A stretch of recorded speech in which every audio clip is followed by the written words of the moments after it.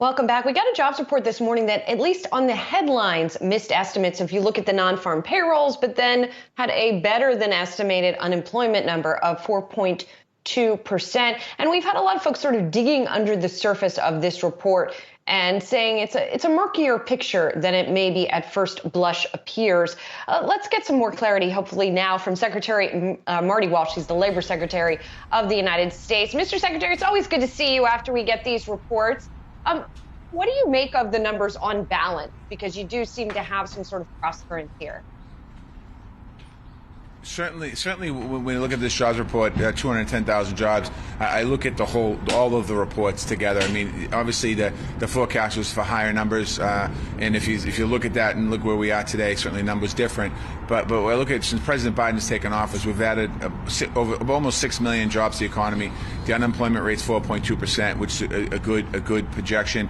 We saw areas like construction, manufacturing, transportation, the highest gains, significant gains in those areas, which is a very good number to see. But clearly, we know that in certain sectors of the economy, as far as people coming back to work, we still have work to do.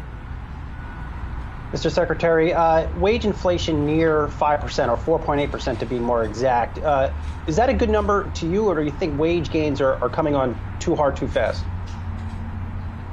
No, I mean, I think wage gains are good. I mean, I'm not going to stand in front of a camera and say that people earning more money is bad, but I certainly think that we're watching the inflation numbers well. The president has rolled out a plan to deal with inflation. Secretary Yellen is working, obviously, on inflation. The president made a move earlier the week, or maybe last week, about releasing some oil out into the market to bring the prices down. And we've seen in some of the job gains that we've seen, lower wage workers historically in the past, we've seen those workers get more money, and they're actually in some cases outpacing inflation. So certainly it's something that we're watching, keeping a close eye on, and working towards addressing.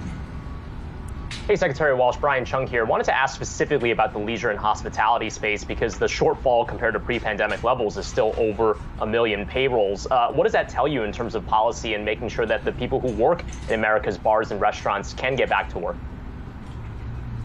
Yeah, you know, that's a number that I'm a little surprised about as well. I think obviously that has direct connection to the pandemic and people worried about it. And also, I'm not sure how the hiring is. That number is not where we want it to be. We saw some good growth in the beginning, in the spring, if you remember, April, May, and June, if I'm correct. We saw some good numbers in the hospitality industry and the bar industry where people coming back. And this month we didn't see those same gains. So certainly that's an area we're keeping an eye on. And I know that historically, not historically, I shouldn't say historically, but that's been an area of a lot of conversation around wages. Now, as I talked about at the beginning, you know, we are seeing this sort of disparate findings from the employment survey and the household survey, Secretary. And I wonder if the Department of Labor and the BLS sort of need to take another look at how that data is collected, or if there's any kind of review that you think needs to be done, given that we did see such disparate outcomes in the two surveys. Well, I just think the whole world is a little upside down right now, and I think that when you think about surveying and reaching out to people, I mentioned this correlation last month to polling. Everything is different, more challenging right now, and certainly, when we went over the numbers today, the commissioner was very clear on the numbers. There were some minor adjustments, gains. There was a lot of participation this month in the surveys, which is a good thing. I think that the number is that they're going to get the numbers up to like 83% of respondents. We're heading towards that direction. And I think that as we continue to move forward here, looking at these numbers moving forward, I think it's going to be a month-by-month basis.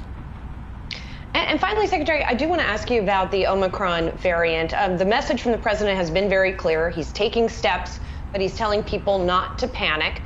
There doesn't necessarily seem to be panic, but at the same time, do you expect any kind of psychological effects on hiring, for example, or on people's willingness to go back to work?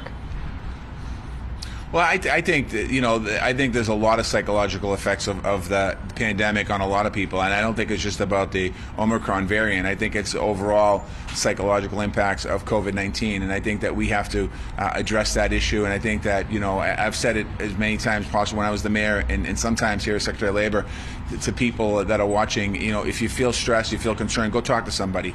This has been a very difficult time for a lot of people. Families have been concerned about their health. Families have lost loved ones. Families have lost their jobs. jobs. There's a lot of uncertainty right now, and I think that you know, people need to take care of themselves, and I think the psychological impact of the virus, you know, it'll be measured at some point, and some smart person will talk about it, but I definitely think there's an impact of it. It's a really good point. Secretary Marty Walsh, Labor Secretary of the United States, thank you so much for joining us. It's always good to get your perspective on these numbers.